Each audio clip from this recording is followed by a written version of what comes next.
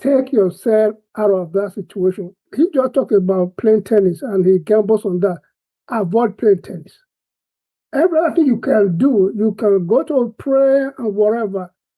They may not give you the solution you are looking for.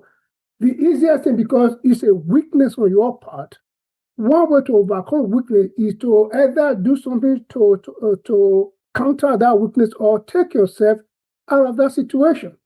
And that is until you develop that strong will that I will not be tempted to gamble. You just have to avoid that situation. You can pray.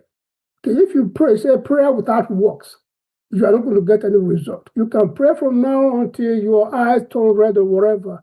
It's not going to work. What will work, at least for me in most situations when I have issues like that, not gambling, where I'm addicted to something, is just don't put yourself in that situation because it's a weak point on your part. And in most organizations too, that's what they will tell you. Do not get involved in that situation. We pray to God, please don't put me in a situation where I can be tempted. That's temptation on your part. And just Dr. Murphy, as you are going on, somebody put something there. They say, what up? Unlike gambling from my room. So can I take myself away from my room? No, okay. Your room does not actually make you to gamble. There is something that is that trigger that gambling sensation in you. You can be in your room. You can when you are sleeping, are you gambling? There is something that is triggering that instinct to gamble. If it's a program on the TV, why don't you switch it off? If you see somebody that would trigger you to gamble, why don't you avoid that person?